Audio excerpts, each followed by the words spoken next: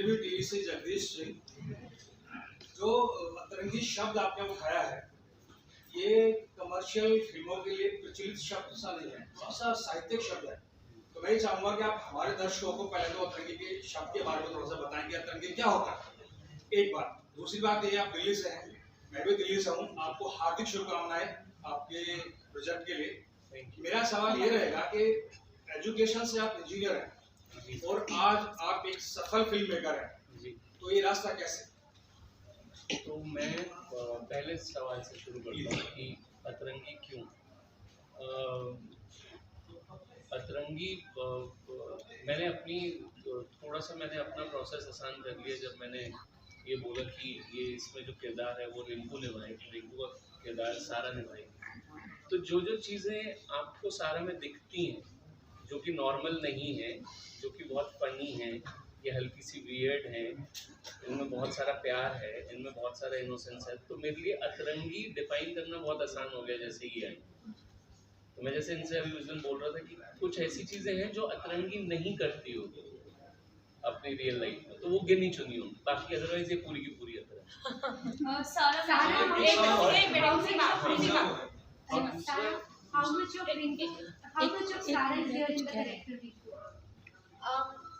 Ma'am I think कि as actors कहीं ना कहीं हम अपनी एक जो झलक होती है वो शायद हम अपने किरदारों में लाते हैं, लेकिन इस बार ना हटके हुआ।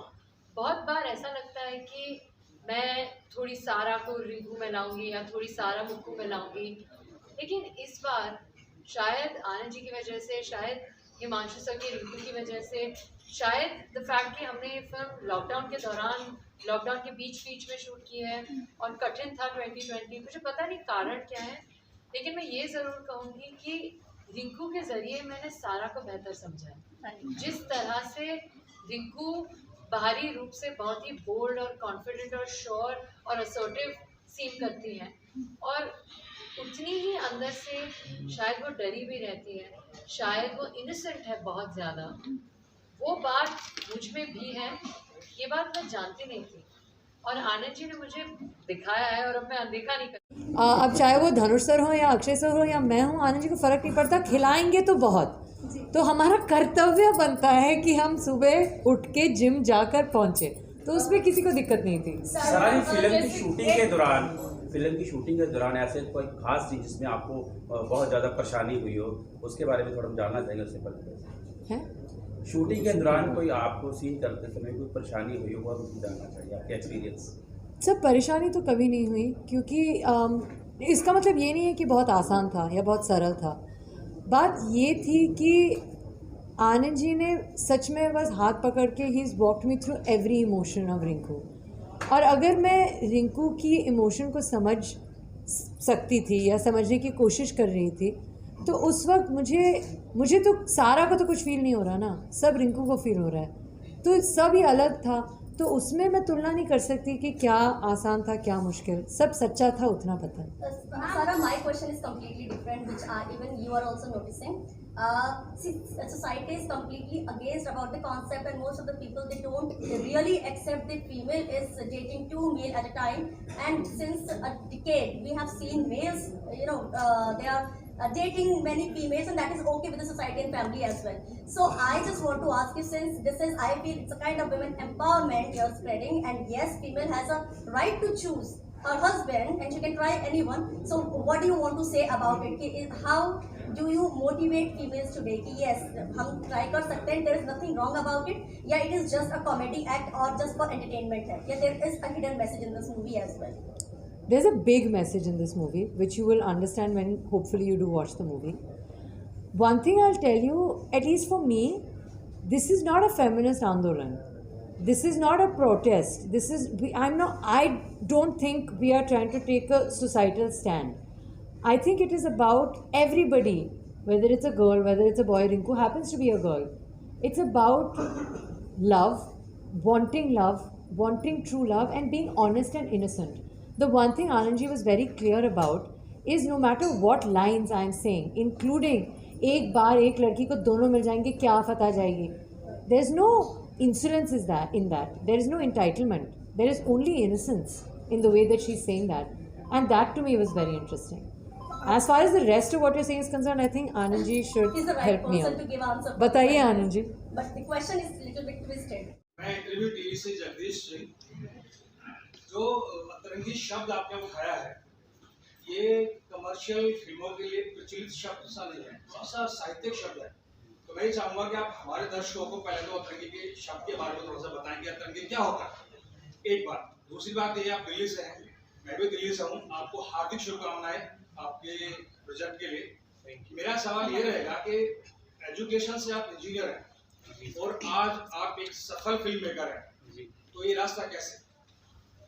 तो मैं पहले सवाल से शुरू करता हूँ कि अतरंगी क्यों। अतरंगी मैंने अपना प्रोसेस आसान कर लिया जब मैंने ये बोला कि ये इसमें जो किरदार है वो रिंकू निभाएगी, रिंकू का किरदार सारा निभाएगी। तो जो जो चीज़ें आपको सारा में दिखती हैं जो कि नॉर्मल नहीं है, जो कि बहुत फनी है, ये हल्की सी वियर्ड है, इनमें बहुत सारा प्यार है, इनमें बहुत सारा इनोसेंस है, तो मेरे लिए अतरंगी डिफाइन करना बहुत आसान हो गया जैसे ही आई। तो मैं जैसे इनसे अभी उस दिन बोल रहा था कि कुछ ऐसी चीज़ें हैं जो अतरंगी नहीं करती होगी अपनी रियल लाइफ में, तो वो गिनी चुनी होगी, बाकी अदरवाइज ये पूरी की पूरी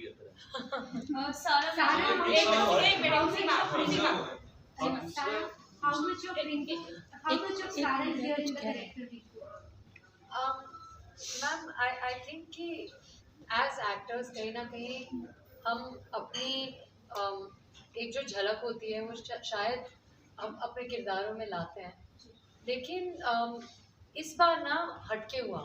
बहुत बार ऐसा लगता है कि मैं थोड़ी सारा को रिंकू में लाऊंगी या थोड़ी सारा मुक्कू में लाऊंगी, लेकिन इस बार शायद आनंद जी की वजह से, शायद हिमांशु सर की रिंकू की वजह से, शायद द फैक्ट कि हमने ये फिल्म लॉकडाउन के दौरान, लॉकडाउन के बीच में शूट की है और कठिन था 2020, मुझे पता नहीं कारण क्या है, लेकिन मैं ये ज़रूर कहूँगी कि रिंकू के ज़रिए मैंने सारा को बेहतर समझा है। जिस तरह से रिंकू बाहरी रूप से बहुत ही बोल्ड और कॉन्फिडेंट और श्योर और असर्टिव सीन करती हैं, और उतनी ही अंदर से शायद वो डरी भी रहती है, शायद वो इनोसेंट है बहुत ज़्यादा। वो बात मुझ में भी है, ये बात मैं जानती नहीं थी और आनंद जी ने मुझे दिखाया है और अब मैं अनदेखा नहीं कर। अब चाहे वो धनुष सर हो या अक्षय सर हो या मैं हूँ, आनंद जी को फ़र्क नहीं पड़ता, खिलाएंगे तो बहुत।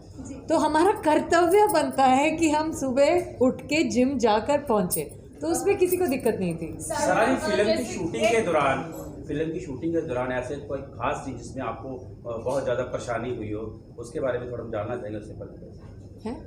शूटिंग के दौरान कोई आपको सीन करते समय कोई परेशानी हुई हो, वो हम जानना चाहिए आपके एक्सपीरियंस।